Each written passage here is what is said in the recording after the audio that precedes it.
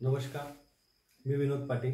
आपण आज जवाहर नवोदय विद्यालय निवड चाचणी परीक्षा या परीक्षेच्या तयारीकरिता अंकगणित या विषयातील घटक क्रमांक 5 दशांश आणि व्यवहारी अपूर्णांकाचे एकमेकात रूपांतर या घटकातील स्वाध्याय क्रमांक 5.1 मधल्या पहिला प्रश्न या ठिकाणी बघत आहोत. प्रश्न आहे 17/1000. 17/1000 म्हणजे दशांश अपूर्णांकात किती.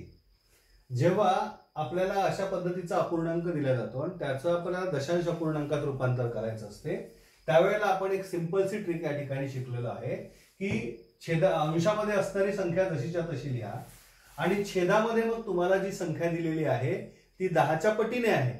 10च्या पटीने असणारी ती जी संख्या आहे त्यावर किती शून्य आहे? 3 शून्य आहे.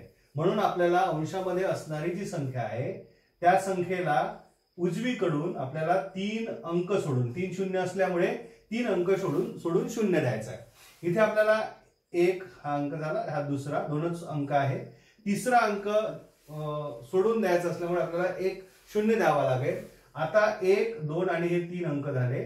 इथे आपल्याला दशांश चिन्ह देऊन या ठिकाणी शून्य घेतला तर आपल्याला 17/1000 म्हणजेच दशांश अपूर्णांकात त्याचं रूपांतर केलं असता ते 0.017 असं व्हायला पाहिजे.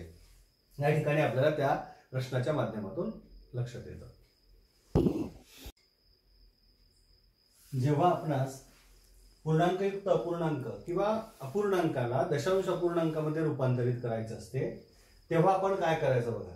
इथे 1.5/8 च्या बरोबरीची दशांशातील संख्या कोणती असं म्हटलेलं आहे. म्हणजे निश्चितच पर्याय जे दिलेले आहे त्या पर्यायामध्ये तुम्हाला दशांश अपूर्णांकामध्ये त्याचं उत्तर दिलं जाईल. मग इथे आपल्याला काय करायचं आहे, साधं आपल्याला एक ट्रिक या ठिकाणी करायची आहे, ती म्हणजे एक पूर्णांक जो आहे तो जसाच्या तसा ठेवून द्यायचा.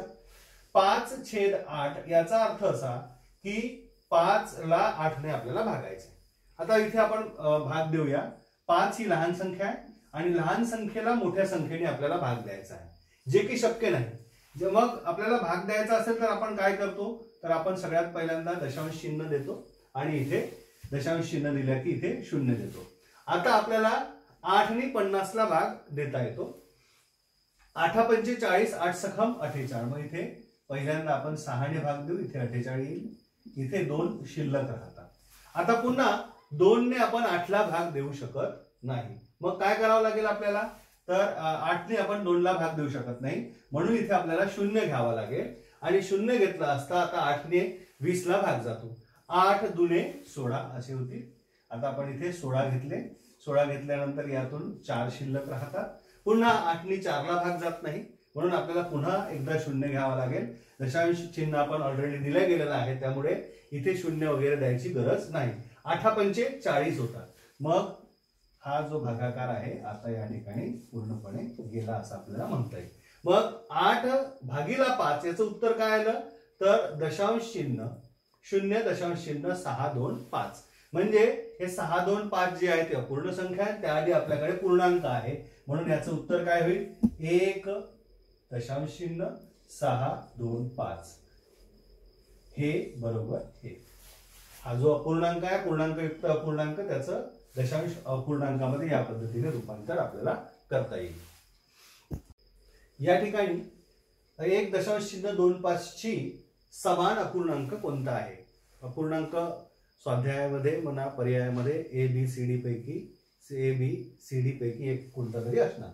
त्यापैकी आपण निवडण्यापेक्षा आपण या दिलेल्या दशांश अपूर्णांकाला आपण अपूर्णांकात कसं रूपांतरित करायचं ते या ठिकाणी बघूया.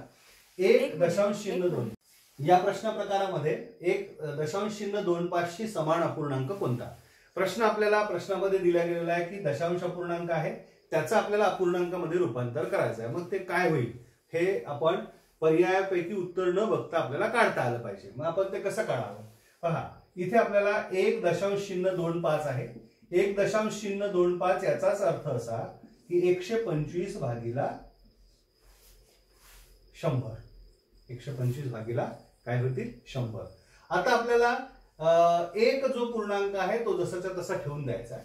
एक पूर्णांक जर आपण जसाच्या तसा ठेवला इकडे 25 भागीला किती होतात मग 100. हा पूर्ण अंक झाला आणि हा अपूर्ण अंक झाला. म्हणजे आपण 25.25 म्हणजे किती 25 भागीला 100. मग या 25 भागीला 100 ला भाग दिला असता काय होईल पहा. आपण 25 एक 25 आणि 25 चौक 100 म्हणून 1.1/4 बरोबर किती तर 1.25 असं ते व्हायला पाहिजे. पुढील प्रश्न प्रकारामध्ये 16.700 ही संख्या दशांशात लिहा असं म्हटलं गेलेलं आहे. आता 16.700 याला आपल्याला दशांश पूर्णांकात रूपांतरित करायचं असेल तर काय करावं लागेल पहा. हा पूर्णांकयुक्त अपूर्णांक आहे, त्याला आपल्याला पूर्णांकात रूपांतरित करायचं असेल तर सगळ्यात पहिल्यांदा आपण काय करतो पहा की 16 गुणिला छेदामध्ये जी संख्या आहे त्याने गुणायचं, अंशामध्ये जी संख्या दिलेली आहे त्याला मिळवायचं आणि छेद जसंच्या तसा ठेवा. असं केलं असतं आपल्याला किती मिळतात पाहिजे. 16 गुणिला 100 म्हणजे 1600 अधिक 7 भागीला 100. आता 1600 अधिक 7 म्हणजे 1607 होणार भागीला किती आहे 100. आता आपल्याला जर एखाद्या अंशाचा छेद 10च्या पटीने असेल तर आपण काय करतो की किती 1 वर किती शून्य आहे 2 शून्य आहे म्हणून वरच्या ज्या अंशामधली संख्या आहे जशीच्या तशी लिहिली आणि हे 2 शून्य असल्यामुळे एककाकडून 1 आणि 2 असे 2 घरं सोडून इथे आपण दशांश चिन्ह दिलं 16.07 म्हणजेच 16.700 बरोबर 16.07 हे त्याचं दशांशात रूपांतर झालेलं आहे. अशा पद्धतीने ते आपल्याला रूपांतरित करता येतं. पुढीलपैकी या प्रश्नामध्ये आपण बघूया पुढीलपैकी कोणत्या संख्या चढत्या क्रमाने रचलेल्या आहेत. म्हणजे पर्याय क्रमांक ए बी सी आणि डी मध्ये दिलेल्या ज्या संख्या आहे त्यांचा आपल्याला चढता क्रम कुठे योग्यरित्या दिलेला आहे तो बघायचा. आपण जेव्हा या ए बी सी डी चारही पर्यायांकडे बघतो तेव्हा आपल्याला असं लक्षात येतं की 2 या ठिकाणी अपूर्णांक आहे आणि एक दशांश अपूर्णांक आहे. म्हणजेच दशांश अपूर्णांकाला आपल्याला सर्वप्रथम अपूर्णांकामध्ये रूपांतरित करावं लागेल. हे आपलं पहिलं काम असलं पाहिजे. सगळ्या संख्या आपल्याला जवळपास सारख्या दिसतात त्यामुळे एकच दशांश अपूर्णांक आहे 0.025 याला सर्वप्रथम आपल्याला अपूर्णांकामध्ये रूपांतरित करावं लागेल. मग याचा अर्थ काय होते बरोबर 25 भागीला किती होतात 100 होतात आणि याला आपण पूर्ण भाग दिला असता काय येईल पहा 25 एक 25 25 चौक 100 म्हणजे आपल्याला काय मिळाले 1/4 0.25 ची किंमत झाली 1/4. आता आपल्याला सारख्या संख्या कोणत्या मिळाल्या 1/3 1/2 आणि 0.25 ची किंमत किती झाली 1/4. आता आपण इथे बघा हे झालं पहिल्या पर्यायाचं ए पर्यायाचं. आपल्याला आता चढता क्रम शोधायचा. चढता क्रम शोधताना सगळ्यात पहिल्यांदा प्रथम दर्शनी आपण जर बघितलं तर आपल्या लक्षात येईल की अंश सगळ्यांचे सारखे आहे. अंश जर सारखे असेल तर मग आपल्याला एक गुणधर्म सांगितला गेलेला आहे तो आहे की ज्या अपूर्णांकातील अंश सारखे असतील तर ज्याचा छेद लहान तो अपूर्णांक मोठा आणि ज्याचा छेद मोठा तो अपूर्णांक लहान. मग इथे जर आपण बघितलं तर हा छेद याचा 4 आहे हा लहान असेल, हा मोठा असला पाहिजे या 3 पैकी आणि हा त्यापेक्षा मोठा असला पाहिजे. म्हणून चढता क्रम कोणता होईल बघा इथे आपण याची किंमत किती आहे 0.25 ची 1/4 1/4 आणि 1/3 1/2 म्हणजे हा सर्वात लहान अपूर्णांक पहिल्यांदा घेतला आपण. मग दुसरा नंबरवर 1/3 हा इथे आहे आणि 1/2 म्हणून योग्य पर्याय हा या ठिकाणी सी हा योग्य पर्याय होईल. म्हणून 5.125 बरोबर 5.1/8 हे या दशांश अपूर्णांकाचं अपूर्णांकामध्ये रूपांतरण झालेलं आहे. पुन्हा एक त्याच पद्धतीचा प्रश्न आपण या ठिकाणी घेऊया. 5.125 शी समान अपूर्णांक कोणता. म्हणजेच आपल्याला या ठिकाणी दिलेल्या दशांश अपूर्णांकाला अपूर्णांकामध्ये रूपांतरित करायचं आहे. आपण वर शिकल्याप्रमाणे याच्या आधी 2-3 प्रश्न जे बघितले त्यामध्ये काय म्हटलेलं आहे की जेवढे घर सोडून दशांश चिन्ह असेल इथे उजवीकडून आल्यास 1 2 आणि 3 अंकानंतर आपण दशांश चिन्ह दिलेलं आहे. याचाच अर्थ असा होईल की 5 ही पूर्ण संख्या जशीच्या तशी लिहून घेऊ आपण आणि आता ही जी अपूर्ण संख्या आहे 1.25 हे याचाच अर्थ 1.25 भागीला किती होणार तर 3 अंक असल्यामुळे 1 वर 3 शून्य आपल्याला द्यावे लागतील. आता याचं जे भाग दिल्यानंतर आपल्याला येतं ते हे उत्तर झालं. म्हणजे या 5.125 शी सम अपूर्णांक कोणता आहे तर 5.125 भागीला 1000. याला आपल्याला पुन्हा भाग देता येतो आणि तो भाग दिला असता कसा जाईल पहा. 5 पूर्णांक जसाचा तसा राहील. 125 एक 125 आणि 125 नी जर आपण 1000 ला भाग दिला तर किती येईल 125 दुणे 250 250 दुणे 500 500 दुणे 1000 म्हणजे 1/8 आपल्याला या ठिकाणी होईल. म्हणजे 125 गुणिला 8 जर केलं आपण तर काय यायला पाहिजे 1000 यायला पाहिजे. पुन्हा एक प्रश्न ज्यामध्ये आपल्याला दशांश अपूर्णांकामध्ये संख्या दिलेली आहे ज्याला आपल्याला पूर्णांकामध्ये रूपांतरित करायचं आहे. 0.00725 या संख्येला सोप्या अंश रूपात लिहिल्यास प्राप्त होईल.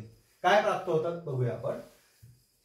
0.00725 ही संख्या आपल्याला दशांश पूर्णांकात आहे आणि अपूर्णांकात रूपांतरित करायचं आहे. इथे आपण दशांश चिन्ह किती अंक सोडून आहे तर आपण उजवीकडून बघितल्यास 1 2 3 आणि 4 अंक सोडून आहे.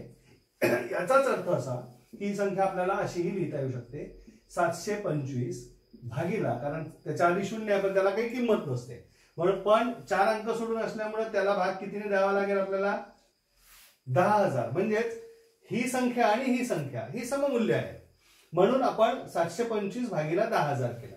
आता याला आपल्याला काय करायचं आहे तर सोप्या अंश रूपात भाग द्यायचा. म्हणजे वरच्या संख्येला अंशामध्ये असलेल्या संख्येला आणि छेदामध्ये असलेल्या संख्येला आपल्याला संक्षिप्त रूप द्यायचं आहे. मग त्यासाठी आपण काय करतो की वरच्या संख्येला ज्या संख्येने आपण भागू त्याच संख्येने खालच्या संख्येला म्हणजे छेदातल्या संख्येला सुद्धा भागायचं असतं. मग इथे आपण जर बघितलं तर इथे एकक स्थानी 5 आहे इथे 0 आहे. इथे याला 10 ने भाग जाईल पण याला जाणार नाही.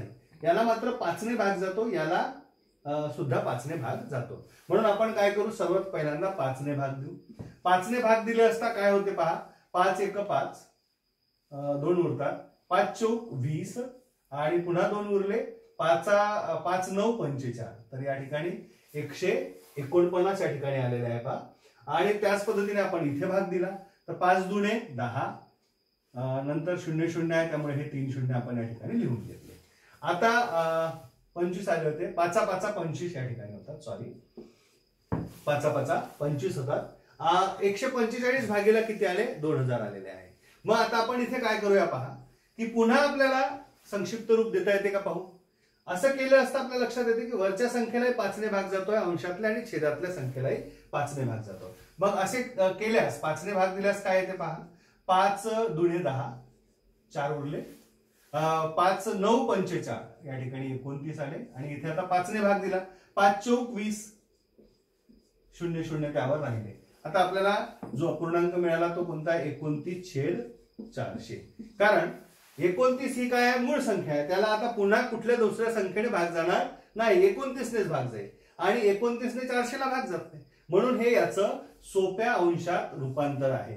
जर आपल्याला या दशांश अपूर्णांकाला आपण रूपांतरित केले असता त्याचं हे सममूल्य अपूर्णांक तो त्याचा होईल. ही किंमत त्याची असायला पाहिजे.